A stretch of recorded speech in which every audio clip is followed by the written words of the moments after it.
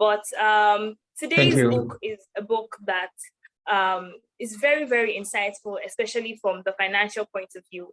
It really talks about how the unconventional CEOs, present CEOs that we really look up to, how they act and how they achieve their success today. So the book we'll be reviewing is Outsiders, 8 Unconventional CEOs and Their Radical Rational Blueprints for Success by William Thorndike. So we're going to for a couple of minutes. So about 4:10, we should start. But for now, just go into the chat box and tell us your name, who you are, what you do. Yes, so tell us a little bit about yourself, because more than this book review just being a book review, it's actually a networking session.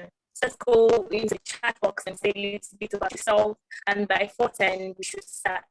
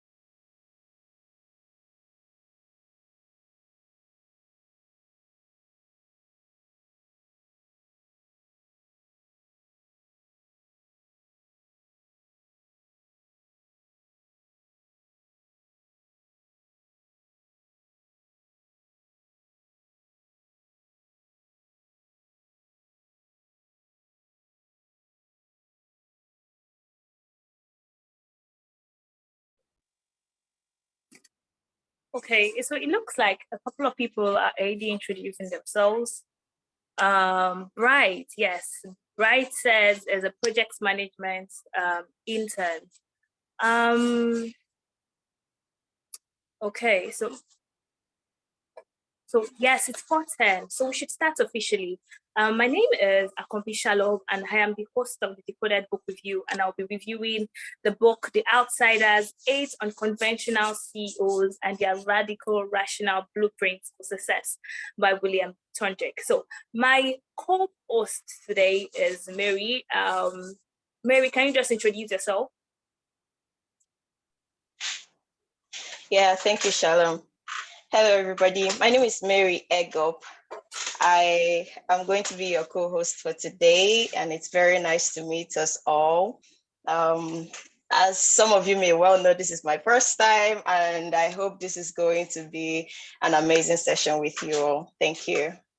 Okay, it's so nice to have you here, Mary. So, this book, if you're just joining us, I said in the very beginning that this book is very, very useful and important, especially for those people who are looking forward to becoming the next CEO in the next 10, 20 years, because it talks about 8 unconventional people who were the pace setters of their time, and they did it through discipline and certain principles that they put into place in their workplace, in their companies, that were very unconventional to things that people were doing at that time or are still doing. And yes, so in today's world, we would see CEOs or successful CEOs as people who would ride private jets, with people who would probably have thousands or hundreds of employees, or people who are simply flashy, they drive flashy cars, they're seen on Twitter, they seem to be having tens of millions of naira, rich real estate. The thing is that this actually is a polar opposite of what the unconventional CEO actually is. And we'll just dive into what are these skills and these skills that they possess that is not seen everywhere, quite unconventional, as I have been saying. So before we dive right into the book, my co-host maybe will just be telling us a little bit about the author, William Thorndike, and why he wrote this book, or what inspired him to write this book. Okay, thank you, Shalom. Okay. All right, so a brief one about William N. Thorndike. William is the founder and managing director of Satanic Partners, a leading middle market private equity firm with offices in Boston and San Francisco. He has served as a director for over 30 companies.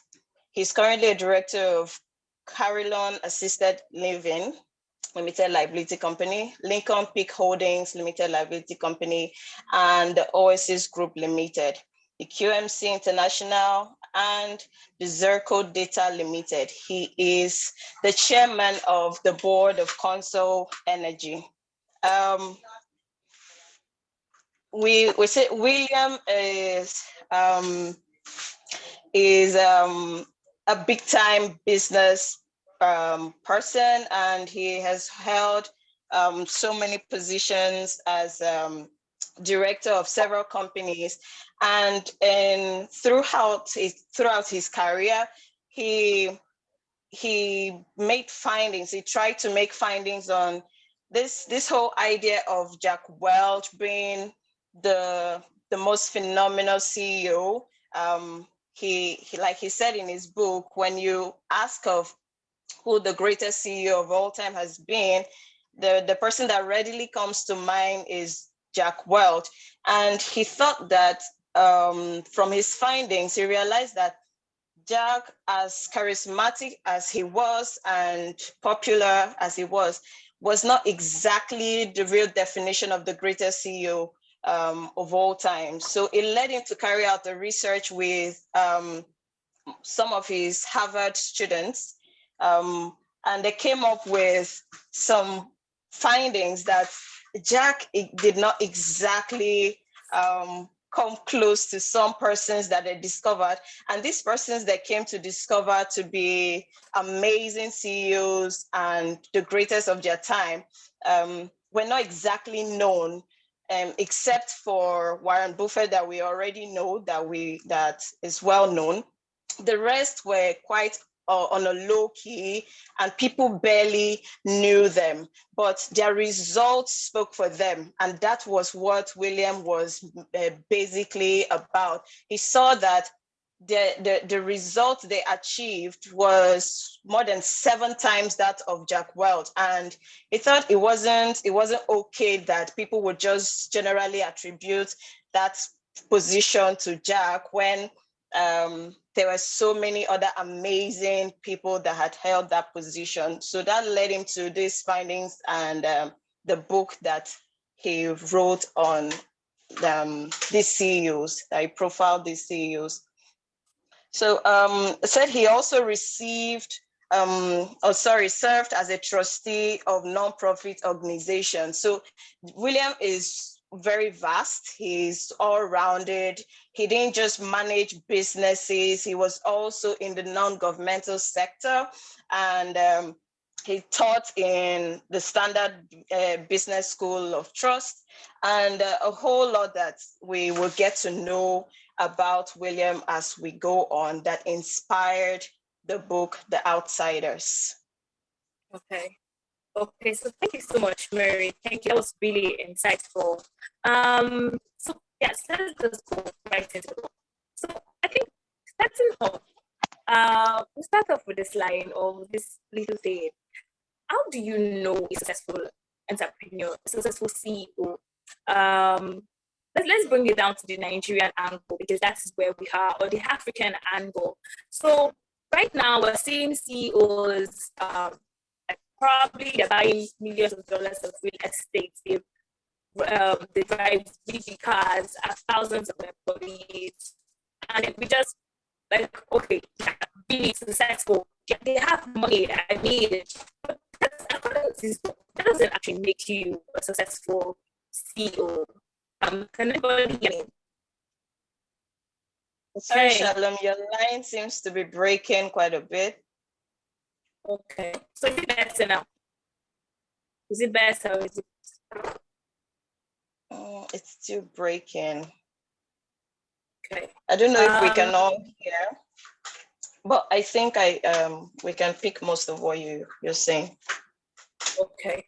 Okay. So it says that you look at a successful football team, or let's say a successful boxer, and we see that they have titles, they have won match upon matches, and they score goals, they have the best players, and we know they are successful not because of the amount of money they bring in, but because of the qualities and value they provide their fans, the people who follow them, their investors, really.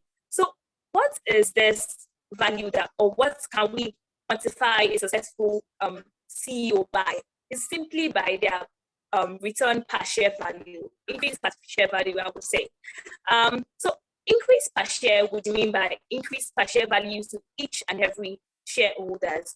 So this book is quite conventional, unconventional in saying that any CEO that is concerned with the growth of the company, not growth really, but the growth of increasing the employees in the company, or increasing probably branches in the company, so more people can see it, more people can perceive it to be successful. It's really interested in the value it is giving each and every single person in the company, rather than what people would perceive it as. So this is what a successful CEO is really. But it goes on further to outline 5 basic qualities that each CEO, each unconventional CEO possesses. Number 1, we would see, really, it just blow you right out of your track, because you will not be expecting it.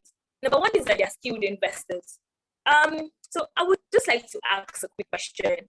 More and more people have joined us, and okay, what are the 2 basic things, or among these 2 things, a CEO who runs a company or a business effectively, and a CEO who can deploy capital? So deploy capital would mean that capital is coming in, more money is coming into the company, and he or she is putting it in the right place to bring in more profit. Because the thing is that is quite scary. You are giving capital a house and you're not so sure about the returns. But this person, this other CEO, runs his business efficiently, is doing it properly, the money is coming in, and CEO, okay, is doing pretty well, but he's deploying most of his capital how to profitable ventures to even bring in more money. So in this time, or in the modern world that we have, which of these CEOs do you think is making the right choice? Would anybody like to answer? Anybody?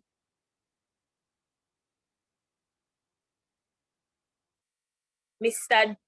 Duro, Mr. Mrs. Yabode, anybody? Okay.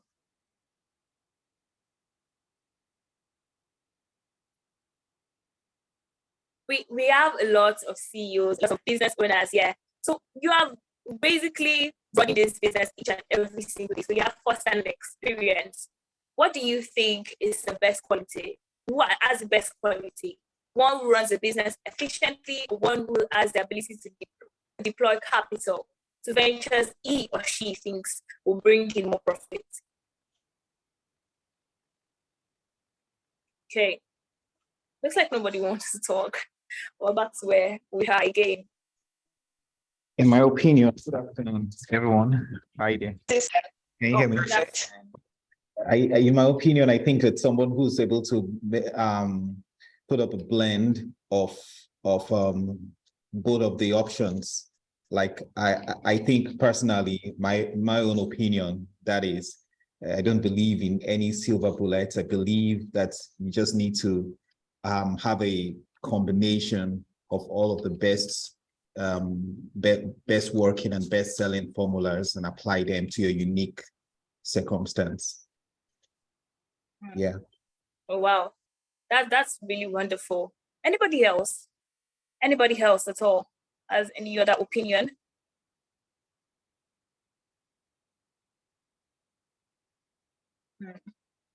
Okay, so the person that just spoke said that he believes in a blend of the two, and according to the book, that's actually not correct.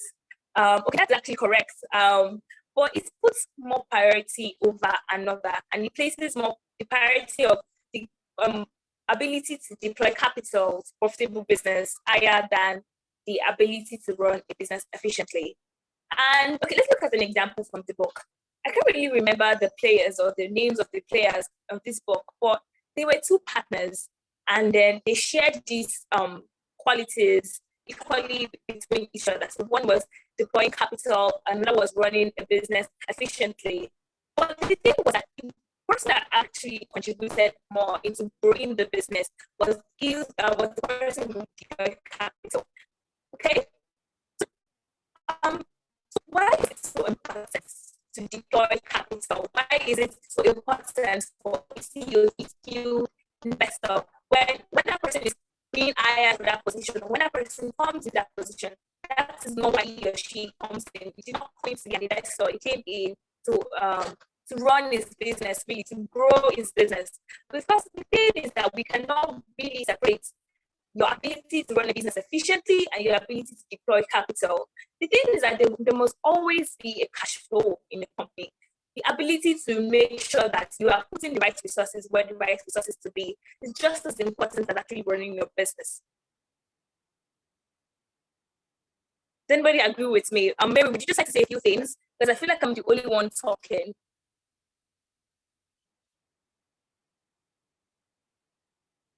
Okay. So it says that. Okay, sorry, I had to turn off. I had to turn off my audio because I thought it was affecting yours. Yours seems to be breaking, and someone just noted. I think was straining to hear. I think I would just leave. I think I would just leave and then come back again. Maybe that's what's causing it. So just give me a few minutes. Okay. All right. So just like Shalom just noted, what Michael observed is very much important. There has to always be a balance, right? It's important for us to create a balance or strike a balance for optimum result.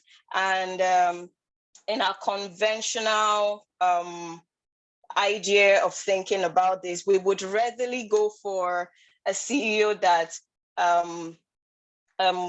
optimizes operation over allocation of capital. But just like Shalom said, the book has emphasized the place of capital allocation to that of operationalization.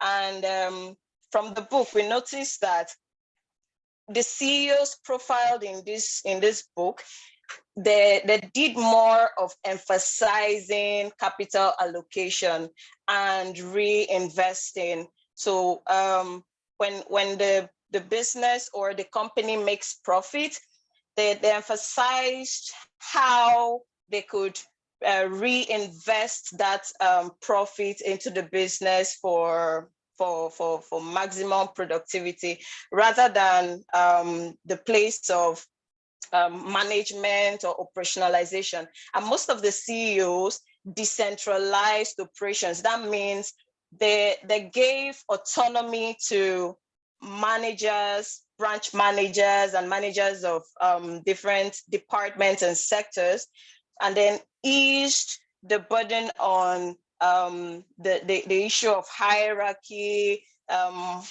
Most times you get to a company and you see all levels of hierarchy. You see vice president, you see deputy, HR, this person is reporting to this and reporting to that and that. And at the end of the day, people hardly have an opportunity to express their entrepreneurial skills and do what they have capacity to do. So these CEOs maximized the place of allowing these people autonomy to lead, to do what they can do, and notice that they had result. It was more productive. That option was more productive than putting that burden of authority on them, having to report to this every 2 minutes. Your boss is calling you, or the boss of your boss is calling you, and at the end of the day, you're trying very hard to see that you meet the standard of your boss, rather than being creative and bringing about results. So that really worked for these entrepreneurs and these CEOs. Shalom, welcome back. Thank you so much. I think, is it better now or is it still breaking? Yeah, I think it's better. Okay. So I think you explained the point of centralization. Thank you. Yeah, I was just throwing more light on the point you addressed. Yeah. So I think that's another point that you just explained. The decentralization of the organization, which a lot of these unconventional CEOs made sure to. I give an example of a CEO who had 40 people or 10 people, 10 people working in his headquarters, but he had about 40,000 employees worldwide. And why did he do that? Because he found out that the ability to carve out the leader, to pattern the curve of hierarchy in their organization, produced more productivity, or made them more productive and realizing their goals. So he said that he employs people and uses them alone, because you find out when you're not overshadowing or being on someone's head, it tends to make decisions for their own, which basically just make them more independent, which will actually just another point of ours actually. Why are they so concerned about the productivity of a company that is not their own? But because of the executive or they give them shares in the company. But let's not dive into that. Let's continue with the decentralization aspect of decentralization policy. Okay. Decentralization policy. So in as much as these people were decentralized their organization, they made sure to centralize their cash flow, made sure to centralize the money that was coming in. So they made sure that no matter whatever amount you want to spend, every single money you're going to spend, as a manager, you had to be accountable. You had to provide a good report of this is what I'm spending the money on, and this is what I'm going against. So even as much as we're like, okay, do not pause. Okay, my audio is seriously breaking. Okay.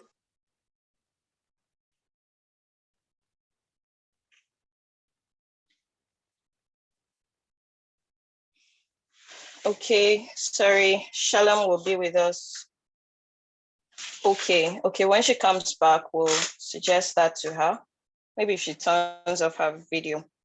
All right, so what Shalom is trying to lay emphasis on is the fact that these great CEOs reduce the workload of operations on themselves by giving greater autonomy to managers, branch managers, and subheads. They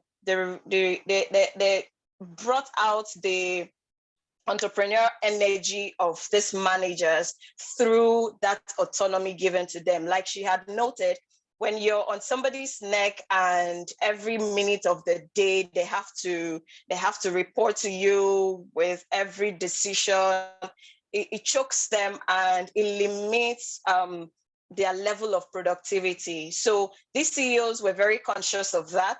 And Williams noted that here that most of the time when they hire people, they just let them be. They just make sure that they hire the best hands and then they let them be. They trust their ability to deliver. And when you see that someone trusts your ability to deliver, it helps you deliver better. It helps you do more. And this really worked for the CEOs we're analyzing today. And then it reduced the burden of operations on them. It was very important. It helped them focus on what was important. And what was important to them is capital allocation, the finances, the cash, the money, how they spend it, what they spent it on, how all of everything that goes around finances went, and it maximized their productivity as a result. Welcome back, Shalom. I think you can try speaking. Let's see if it's better.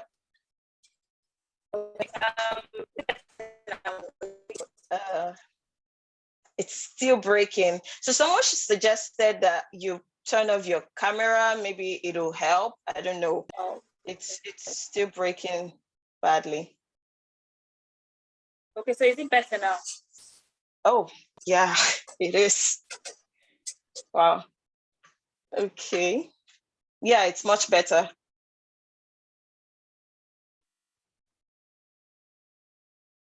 All right. So Shalom, I think we can move to the next point. Better now.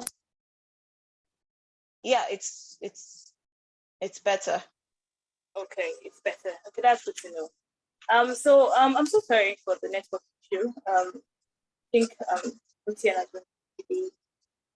Okay, so let's just continue. So what point were you explaining, Mary? Okay, so I just summarized the point of decentralization. Decentralization, okay.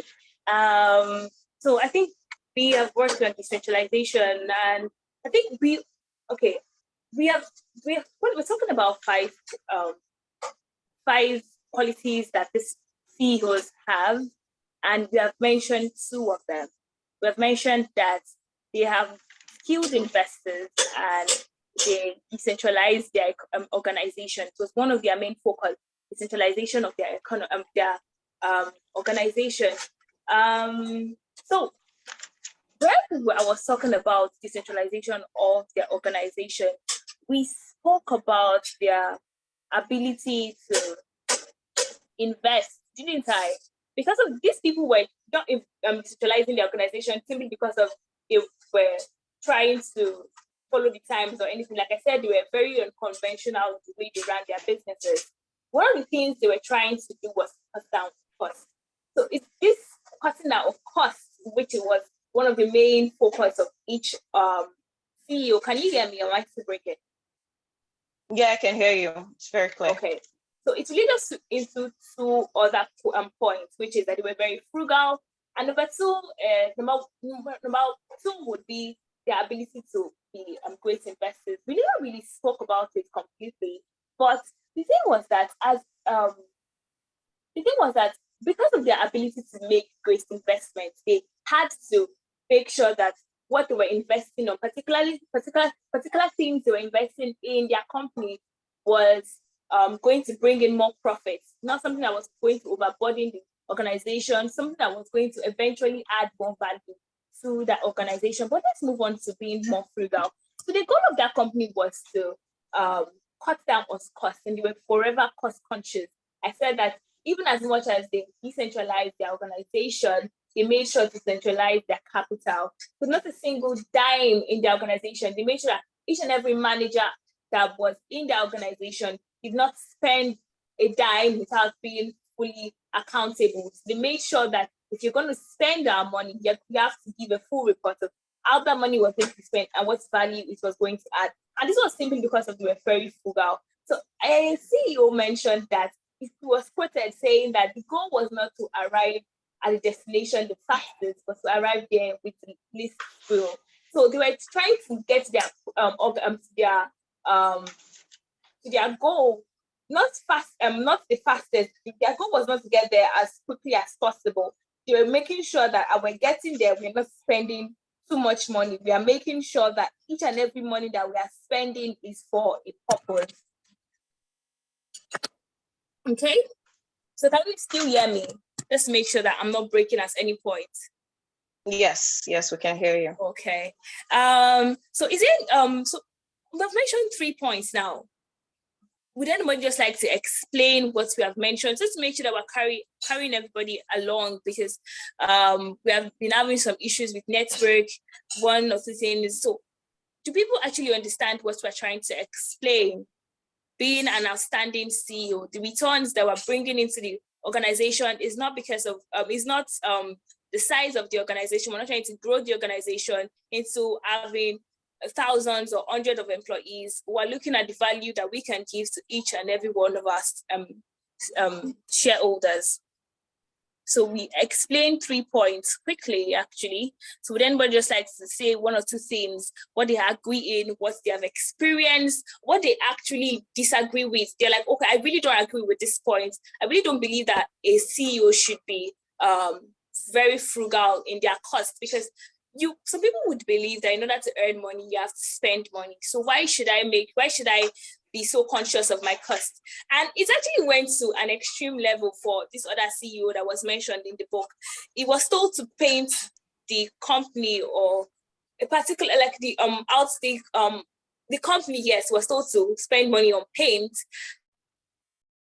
And he decided to paint the 2 sides that face the street and leave other sides because he felt it was not necessary. And that's how frugal it was. Other CEOs were not afraid to sack people. They were not afraid to cut costs, and the free lunch that was actually given to their employees. So it wasn't just on a small scale, actually. It was on a mega scale. They were forever and always conscious of the money that was going out of the company. So do you think this is just too much? Or do you think this should be something that every employee, every entrepreneur, every CEO should be conscious of?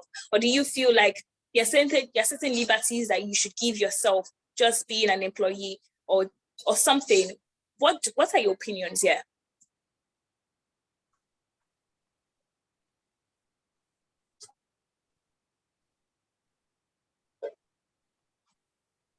I feel like every one of us should have an opinion, because of majority of us are actually CEOs or entrepreneurs ourselves.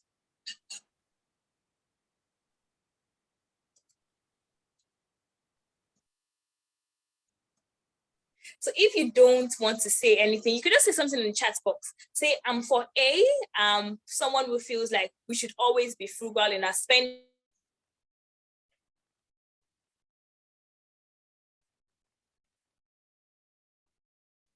Hello, Shalom.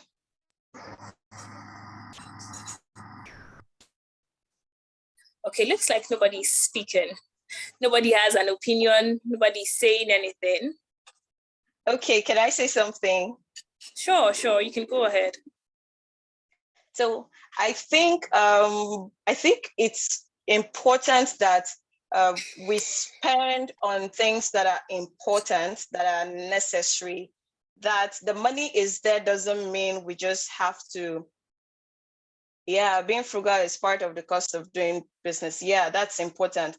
That the money is there doesn't mean you just spend it, or that there's a saying that when you spend money, money comes in. Doesn't mean you just keep throwing away money when you can avoid overspending. So as much as possible, if you can avoid it, it's better. Frugality here doesn't mean stinginess necessarily. It just means being economical as much as you can and focus on the important things, focus on things that are of priority to the company and especially to your shareholders and beneficiaries. Thank you, Shalom. Okay, I think that's wonderful. So people said some things in the chat box. They made some opinions. Someone said being frugal is part of the cost of doing business. Prioritize always. And like, I think that is just wonderful. And that is one of the things these CEOs actually did, was to invest in existing businesses of the company. So they made sure that they put their money into things they thought would bring in more value while actually cutting costs. So cutting costs would mean that they flatten the hierarchy of their organization, they minimize the management, the middlemen. They made sure that they were putting people in places that needed people, not because of simply needed to fill a spot, actually. So I think that is just wonderful. And I think we should actually go into our next point, which is that they aligned their interests with stakeholders, with shareholders, actually. And explaining this point, I actually had to take my time to fully understand it, because it wasn't something I was used to or something I heard frequently.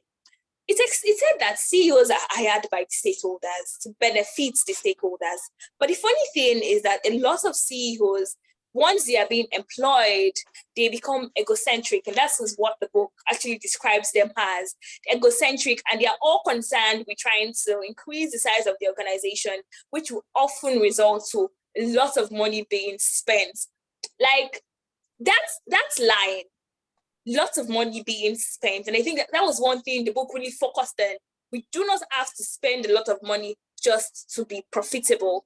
Someone who studies advertisement would say that a lot of companies would go the extra mile just to get a lot of profits. But the thing is that they do not want to spend as much just to get as much. Okay, so what would it mean as a CEO? What would you do not to spend as much, but to get that maximum profit?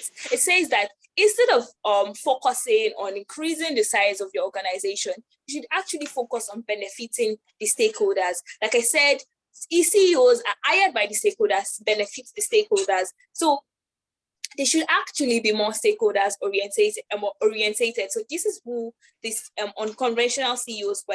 And one of the things that made them more stakeholders orientated, one of the traits that they possessed was, number one, they were invested in the company. So they held shares as well. So they were looking for ways to increase the value of their shares, actually, not to actually increase the size of their company, which will bring us down to the second point, was that their willingness to shrink. So one thing, at this moment, I was reading the book, I actually took a pause. And so because of one thing the book actually said, so was that they were not afraid to shut down profitable business to actually invest in more profitable businesses. And you would now be like, okay, but you actually told us to invest in existing operations. Why would I shut down a profitable business that has the potential to even be more profitable, just to invest in a business that is already profitable, but more profitable than the other? It's always about diversity. Am I not correct? So am I simply talking from inexperience? I think someone here has to explain this to me, because at this point I got really, really confused. Someone has to say something. Someone has to explain, because I really, at this point, I'm just like, is that what we're supposed to do?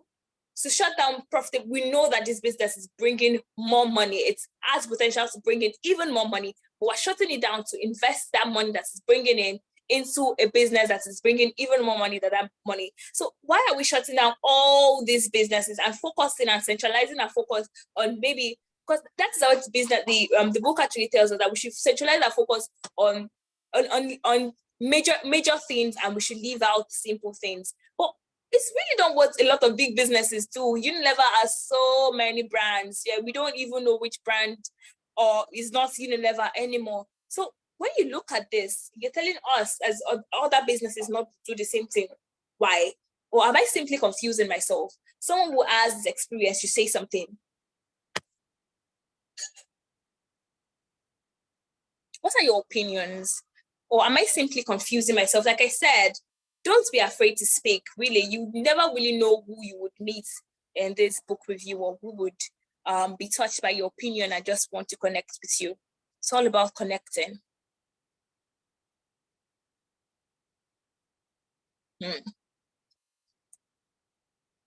Okay. If nobody talks, I'll just...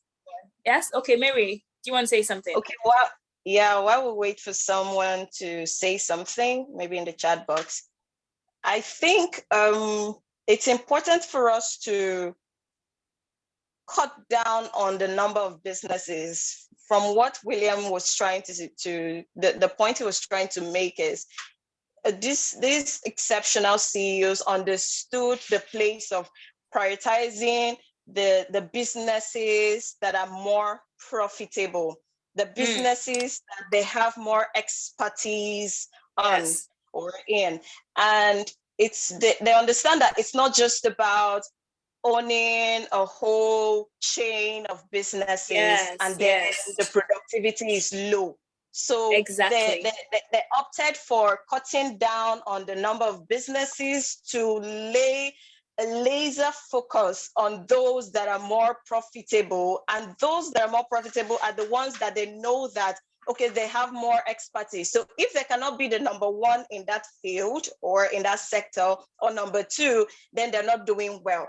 So they made sure that they cut down to that point where a maximum productivity is what they are going for. So if this business doesn't seem to be as productive as the standard they're trying to attain, then they would rather sell it off and lay more emphasis on the few that they can bring out maximum productivity from. So I think that was what they were trying to say. I think that's just wonderful. I think that's the answer I was looking for. I thought somebody who been attending our book review would actually bring up the Etchok and Fox story book that we read, or the ideology that was spoken of a couple of weeks back. And we spoke about this Etchok and Fox, and how an Etchok is someone who does something and does it, and he has become a master of it. And a Fox is someone who does a lot of things, and he focuses, his attention is diverted because of he's trying to do one or too many things. And this is who the CEOs are. They cut down on costs, not because of they couldn't do it, but they knew their priorities. And they knew that if the state wasn't going to be the best in the industry, they were not going to focus their attention and put resources into it. So that is just wonderful. That is simply wonderful. And I'm really surprised that nobody really spoke about that, because something that Mr. Izu always brings up, the Etchok and Fox approach to things. Very, very, very important. I think it's just a lesson to businesses. Focus on one thing. Like, it's wonderful being diverse, it's wonderful putting resources into different type of businesses, but really being centralized and putting your focus on one thing is actually one thing that you find most successful business CEOs do and actually succeed in. So we have mentioned a lot of things. We have spoken about a lot of points, 4 points actually, and we will just run down to our last point, which is the focus on cash. So other CEOs actually would focus on quarterly earnings and money that is coming into the company on a database or month to month, probably quarterly. But this unconventional CEOs actually focused on the long-term cash flow. They focused on how much money they were going to make eventually, not the money they were making now.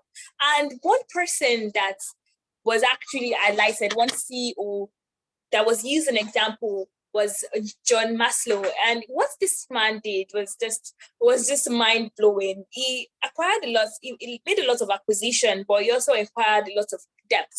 And he used this debt to pay for this acquisition because he knew that by minimizing the shareholders' earnings. Hello, can everybody hear me?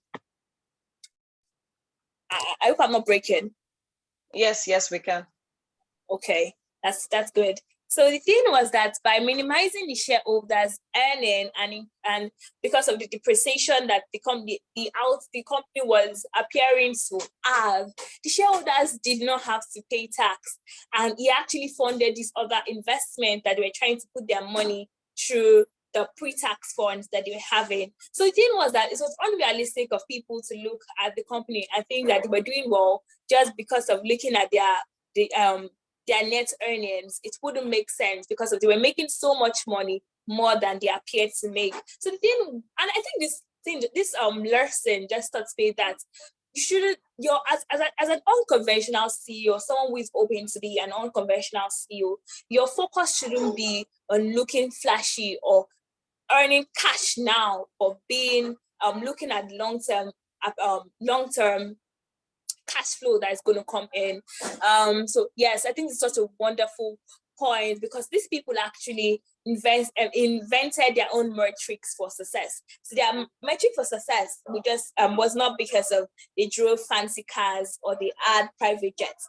It was because of the value they brought into the they brought for the stakeholders. So we have gone through the points today. So do we have any other opinion? Because we've gone through the 5 points for an unconventional CEO. So any other opinion that would be welcomed now? Any other questions? Any other thing?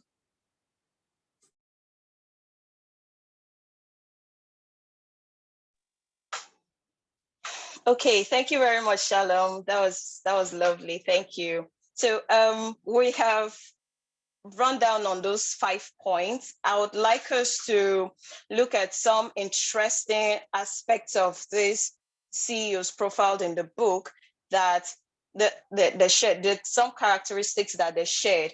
And one of the things that William made and placed emphasis on is the fact that these CEOs did not just come into limelight or achieve the massive results they did within a short time frame. If we read the book thoroughly, we'll understand that most of them, the least number of years any of them spent as CEO was 20 to 25 years. And this goes to show that to achieve result, there has to be consistency. The longer you stay on a thing, the more expertise you build, the better you get. Of course, there were years when they were achieving less result. They did not just blow up and then wave the magic wand and everything just fell in place. They spent time in this position, and over time, their results got better. So this is a characteristic of all of these CEOs that William laid emphasis on. Another thing that Williams emphasized is the fact that these CEOs were not so public opinion oriented. They were not so much about what the public thought than what they know that the result is supposed to be. Unlike Jack Welch, who seems to be the public figure and the ready answer when we call on who is the most, the greatest CEO of all time, we saw that Welch was a charismatic CEO. He was a social figure and more of an extrovert. He spent time with social gatherings and giving lectures and all of that. Unlike these 8 CEOs, they didn't care what the public saw or what the public said about them. They were more concerned about the numbers, and that's very important. Their judgment or definition of success was not on popularity or fame. So we need to get that straight. Most of us are tempted to attribute success to how famous or how much of a social media influencer we've become courtesy of our position, or how much fame we have attained, which is not true. At the end of the day, it is the numbers that matter.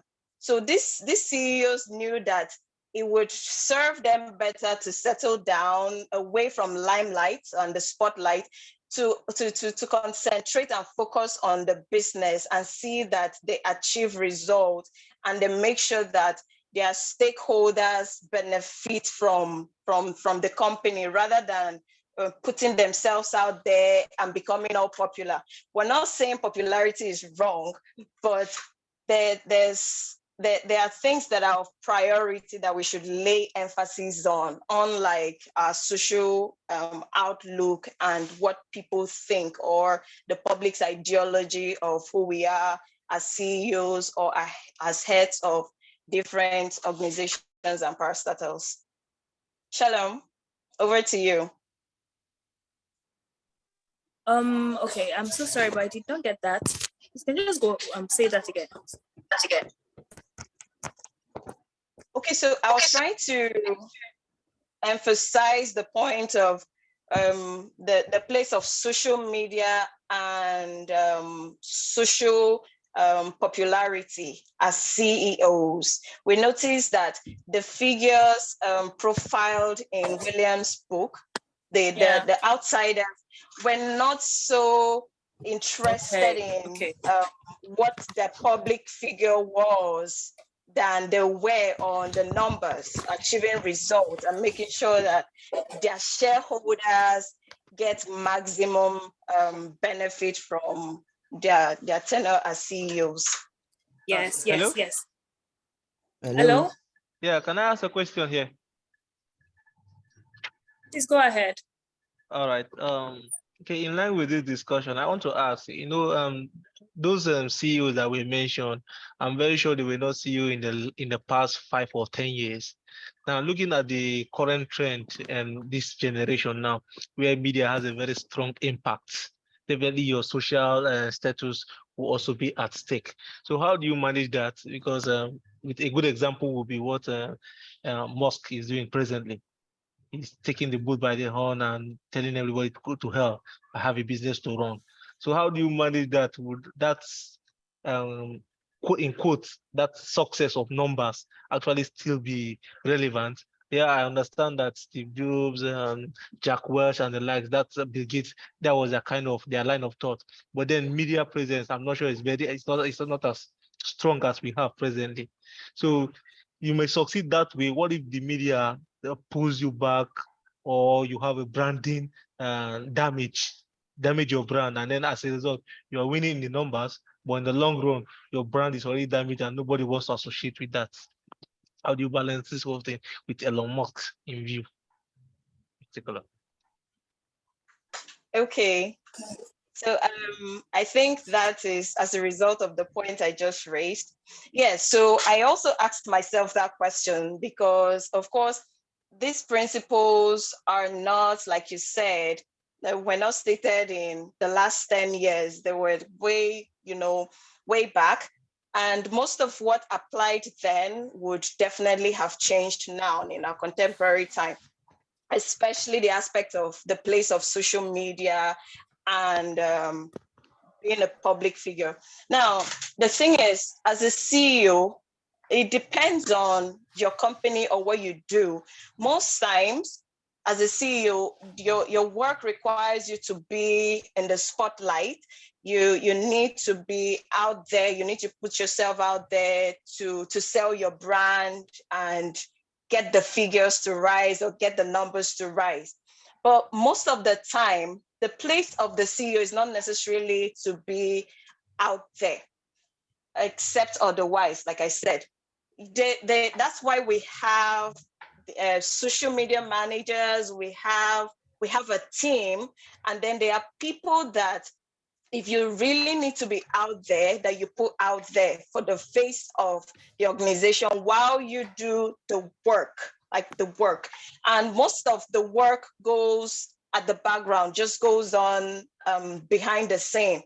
So you have to determine which is more important. If it is your presence on social media, if that is what brings in the number, fine, good. And if you have to be the one out there, perfect. But most of the time, we're not the one that's supposed to be out there. We just put ourselves out there for want of fame and popularity. So we need to prioritize this and try to set priority on which we're supposed to do or which is more important. So social media in this contemporary time is important, but you need to define whether it is you or someone else that should be out there, or who does the work of putting the figures and finances together. So you don't end up doing what you're not supposed to be doing at a particular time. I think you just answered the question. I totally agree with you.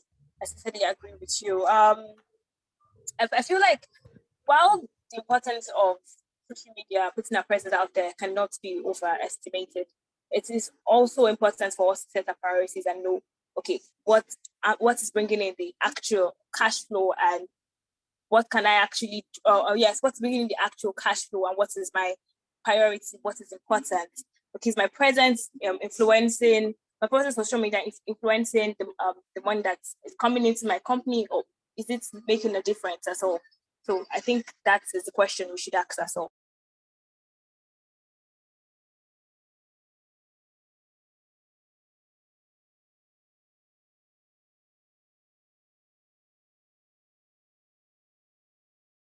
Hello, Mary. So is there any other question? Yeah, I'm here. Okay. Someone's hand is raised. Please, you can unmute yourself and maybe ask your question, or if you have a contribution. Oh, God, Lise. Sorry, I hope I pronounced your name right. Hello, Hi. can you hear me? Yes, I can hear you. Hi. So real quick, let me just chip in on this issue. Now, you see, the thing is this: as a CEO of a firm, you have to draw the line between your personal brand and your organization, which you've touched on, in the sense that there are people who can manage social media on behalf of the CEO. However, I'm going to take a different tangent, and I'll throw your mind back to GTB, Guarantee Trust Bank, when it was established.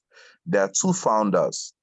There's Fola Adeola, who was at one time the chairman. I think he's no longer chairman, it's somebody else that's chairman now. And then there was Tayo Aderonoku, who took over from him as CEO. Now, the thing about both of them is that they had a very interesting dynamic, right? Fola was the business guy. He was the one that drew up that conceptualized what it meant to be GTB. However, Mr. Aderonoku of blessed memory had the relationships.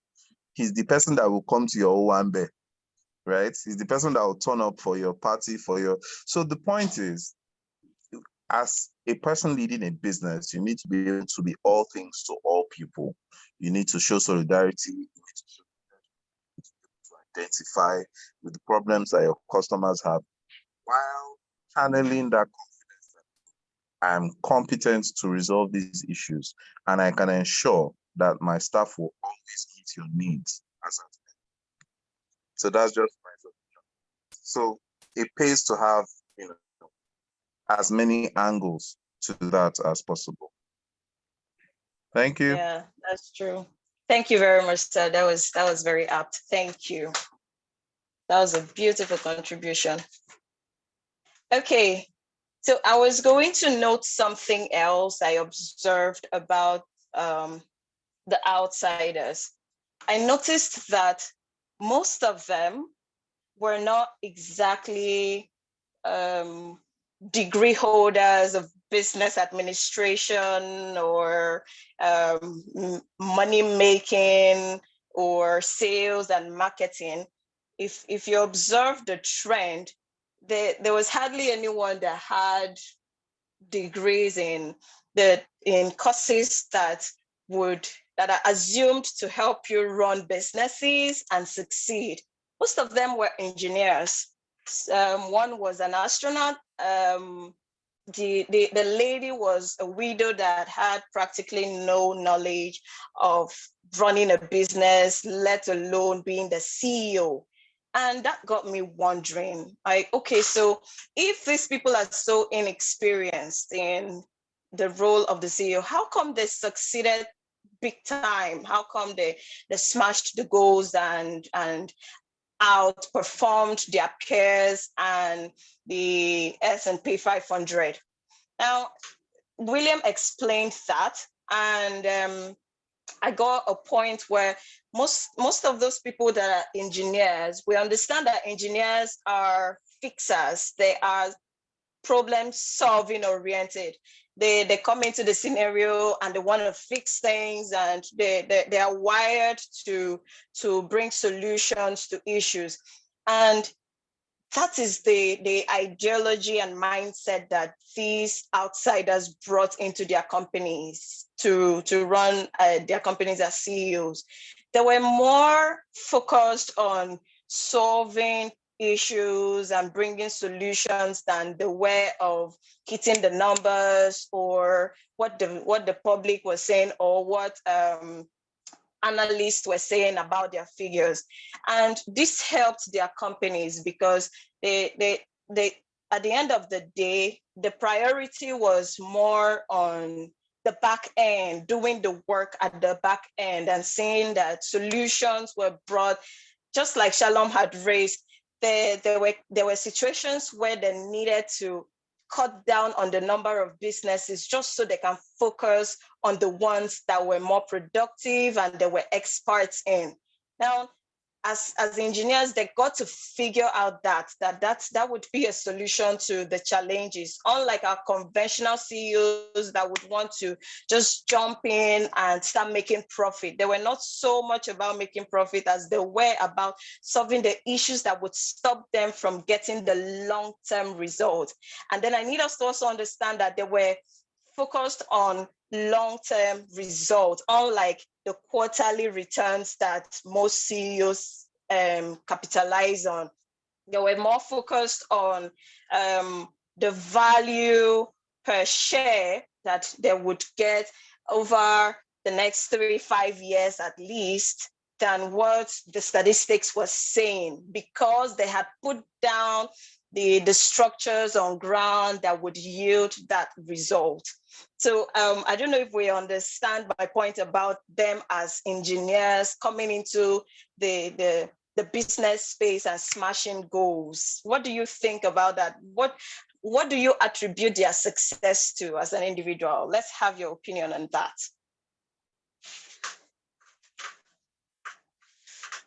We can drop our answers on the chat box, or we can just unmute and say something.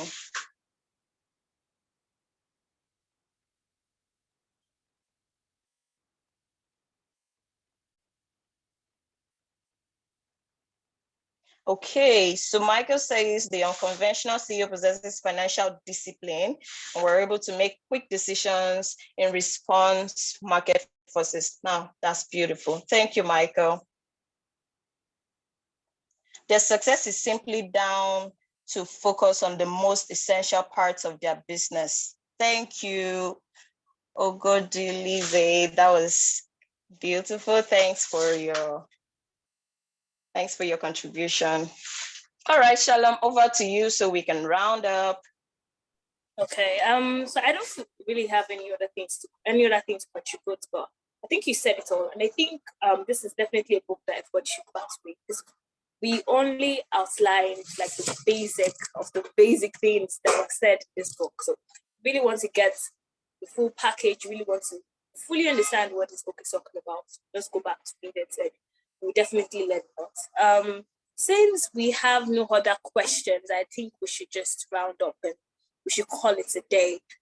So next week we'll be having another book review, another decoded book review, and definitely join in. So we decided this thing, if you would like us to review a book, just put it in the group chat and we would review it and we would get back to you. So if you have a book that you feel like we should all read and we should all review together, you just put it in the book on the business club group chat and we will do that. So yes, without any further ado, we've come to the end of the book review. Thank you so much for joining us today. My name is Shalom, and my co-host is Mary. We're really happy to have you here, and we will see you next week. So yes, have an amazing week. Thank you, everyone. Thank you. If you would like to put on your cameras and just say bye or I or something, Bye. this is the time. Bye.